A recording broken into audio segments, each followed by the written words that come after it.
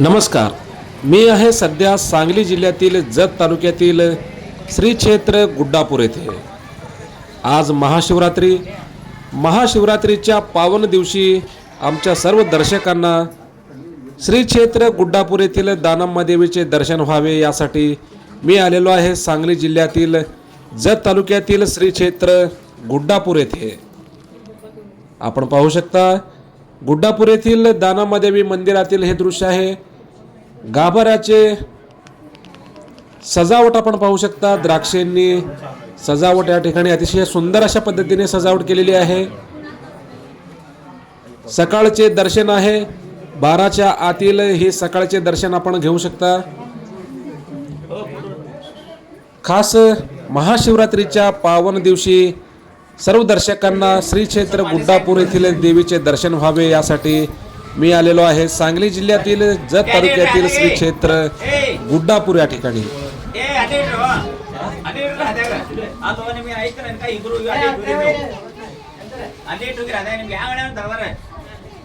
महाशिवरात्रीच्या पावन दिनी या ठिकाणी राज्यासह इतर राज्यातूनही पायी दिंडी सोहळा या ठिकाणी येत असतात.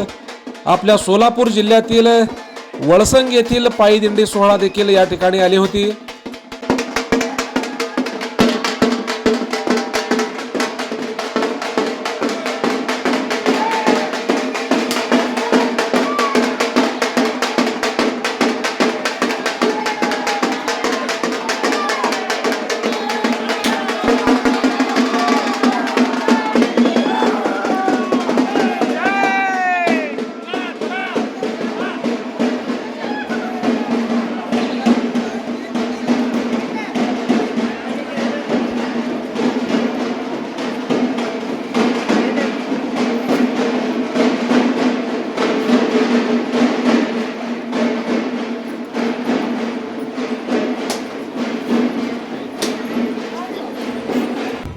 दुपारी 12 नंतर दुसरी महापूजा संपन्न होते आणि देवीचा दुसरा रूप या ठिकाणी आपणास पाहायला मिळतो.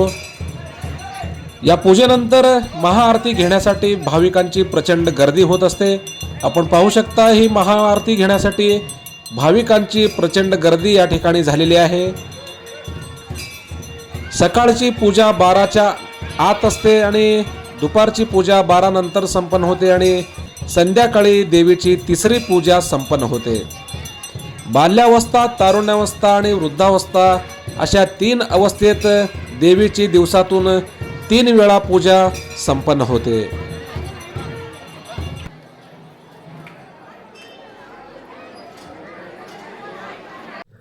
श्री क्षेत्र गुड्डापूर येथील दानम्मा देवीचे दुसरे रूप आपण पाहू शकता. दुपारी 12 नंतरची ही दुसरी पूजा आहे. म्हणजेच तारुण्यावस्थेतील ही देवीची दुसरी महापूजा आहे. नमस्कार.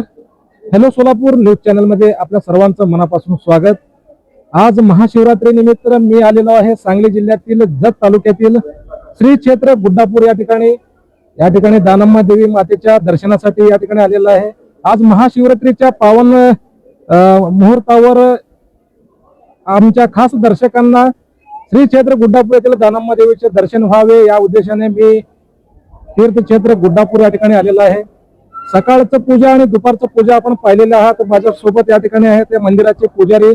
आपाजी, आपलं नाव सांगा आणि आज महाशिवरात्रीच्या शुभ मुहूर्तावर या ठिकाणी भाविकांची गर्दी कशा पद्धतीने आहे आणि आजची विशेष महापूजा कशा पद्धतीने सुरू झाली याबद्दल सविस्तर थोडी माहिती सांगा. नमस्कार. माझं नाव मानतेश अर्जुन पुजारी. देवस्थानचं इथं पुजारी म्हणून वृत्ती आहे माझं. देवीच्या मंदिराला 1000 वर्ष झाले. मंदिराला 1000 वर्ष पूर्ण होते. आता दररोज 3 वेळा पूजा होते देवीचं. सकाळ, दुपार आणि संध्याकाळ. सकाळी बाल्यावस्था, दुपारी यवन, संध्याकाळी आजीचं रूप. दर सोमवारी इथं पल्लकी उत्सवाचा असतोय कार्यक्रम असतो दर सोमवारी आणि अमावस्या दिवशी कार्यक्रम असतोय पल्लकी उत्सवाचा. वर्षातून एकदा चट्टी अमावस्याला म्हणजे कार्तिक यात्रा असते. कार्तिक यात्रेला 7-8 लाख लोक येतात आता मंदिराच्या दर्शनासाठी. मग इथं आज महाशिवरात्रीच्या विशेष पूजा म्हणजे संध्याकाळी 6 नंतर 12 वाजेपर्यंत देवीचे 5 पूजा होतात. विशेष आपल्या देवीचे येतात. कारण आजच्या दिवशी देवीच्या जागरणचा दिवस आहे. आज वर्षातून एक दिवशी पूर्ण मंदिर बंद नसतंय, देवीचे जागरण असतंय. आता इथं विशेष म्हणजे आता इथं आपलं मगाशी आपण कंकण बांधलो ना लग्नासाठी. ज्यांना लग्न वगैरे होत नाही त्यांना कंकण बांधलं जाते. ज्यांना मुलाबाळा होत नाहीये म्हणजे थोडं उशीर वगैरे होते त्यांना ओटी भरून देवीच्या जे आपण मागून घेतो ना ते होऊन जाते, नवस पूर्ण होते त्यांचं. तर नवसाला पावणारी देवी म्हणून अख्ख्या महाराष्ट्रासह संबंध देशभरातील आराध्य दैवत असलेल्या श्री क्षेत्र गुड्डापूर येथील दानमदेवीच्या दर्शनासाठी आज सकाळी पहाटेपासून या ठिकाणी प्रचंड गर्दी आहे. आणि जसं जसं दिवस मावळत चाललेला आहे त्याच पद्धतीनं या ठिकाणी भाविकांची गर्दी अफाट होत आहे. तर मंदिर देवीच्या 3 प्रकारची पूजा बांधण्याचं याचं मागचं काय कारण म्हणजे काय उद्देश आहे? देवीचे 3 रूप म्हणजे सकाळी बाल्यावस्था, दुपारी यवन, संध्याकाळी आजी. म्हणजे आपला मानवी जीवनामध्ये जसं बाल्यावस्था यवन करून जसं होतं ना तसं देवीचे आपला मानवासारखंच आपलं हे देवीचं मूर्ती आहे. खाली कर्तृगद्दी आहे देवीचं, म्हणजे स्वतः जिवंत समाधी घेतलेलं ते स्थान आहे इथं. नंतर मूर्ती वगैरे तयार केलेलं आहे आपल्या पूर्वजांनी. या ठिकाणी मुख्य यात्रा देवीची कधी भरते? कार्तिक अमावस्याला, चट्टी अमावस्याला. त्या दिवशी पल्लकी उत्सव असतोय, रथोत्सव असतोय आणि 1 लाख दिव्यानुसार ते कार्तिक उत्सव समाप्त करतोय. साधारणपणे या ठिकाणी राज्याच्या कुठून या ठिकाणी भाविक लोक येत असतात? कर्नाटक, महाराष्ट्र, आंध्र, गुजरात, सर्व तामिळनाडू, सर्वकडनं देशभरातून सगळीकडनं येते. शरण परंपरा असल्यामुळे इथं लोक जास्त येतात.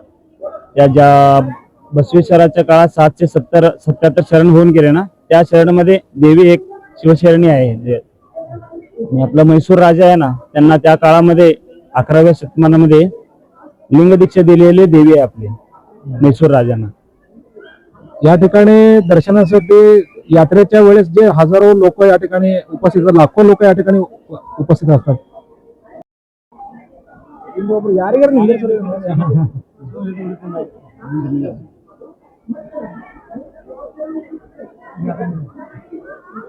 तर यात्रेच्या काळामध्ये या ठिकाणी लाखो भाविक गुड्डापूर येथे दाखल होत असतात. या लाखो भाविकांची देवस्थानच्या वतीने काय काय व्यवस्था केली जाते, कशा पद्धतीने त्यांच्या राहण्याची आणि महाप्रसादाची व्यवस्था आणि दर्शन व्यवस्था कशा पद्धतीने देवस्थानच्या वतीने नियोजन केले जाते? आपल्या मंदिराच्या समितीने म्हणजे ट्रस्टने आणि पुजारी वर्गांच्या यांच्या सहमतीनुसार भाविकांचं अजूनपर्यंत कुठल्याही नाव्यवस्था दुर्व्यवस्था झालेली नाही. म्हणजे इथे व्यवस्था म्हणजे 280 रूम आहेत मंदिराचे. त्याच्यामध्ये लक्झरी रूम 70 आहेत, स्वयंपाकाचे रूम 50 आहेत, राहिलेले आपले स्टे करण्यासाठी रूम आहेत विथ अटॅच बाथरूम वगैरे सर्व. लक्झरी रूम आहेत थोडाफार किमतीमध्ये आहेत, 200 रुपये पासून ते 1000 रुपये एसी रूम आहेत 1000 रुपयापर्यंत. आणि तिथं दर्शनासाठी येणाऱ्या भाविकासाठी मंदिराकडून जिथं जिथं जागा असतोय ना त्या ठिकाणी लोकांना झोपण्यासाठी व्यवस्था यात्रेमध्ये केलेली जाते. महाप्रसाद व्यवस्था त्यांच्यासाठी महाप्रसादाचं पण वरती आपलं 20 एकर जागा आहे, त्या 20 एकर जागेमध्ये महाप्रसादाची व्यवस्था केली जाते. तर मंडळी, एकंदरीत आलेल्या लाखो भाविकांची या ठिकाणी मुक्कामाची व्यवस्था आणि महाप्रसादाची व्यवस्था देखील देवस्थान समितीकडून अतिशय व्यवस्थितरित्या आणि चोख पद्धतीने या ठिकाणी करण्यात येते. तर मी आलेलो होतो आज महाशिवरात्रीच्या मुहूर्तावर सांगली जिल्ह्यातील जत तालुक्यातील श्री क्षेत्र गुड्डापूर या ठिकाणी महाशिवरात्रीच्या शुभ मुहूर्तावर संबंध राज्यभरातील लाखो भाविक आज या ठिकाणी दर्शनासाठी आलेले आहेत. आणि खास आमच्या दर्शकांसाठी आज आपण पाहिलेलं आहात सकाळची आणि दुपारची महापूजा आणि देवीचे दिव्य दर्शन आपण पाहिलेले आहात. जर ही बातमी आवडली तर नक्की लाईक करा, शेअर करा आणि सबस्क्राईब करा. आपण पाहत आहात हॅलो सोलापूर न्यूज. धन्यवाद.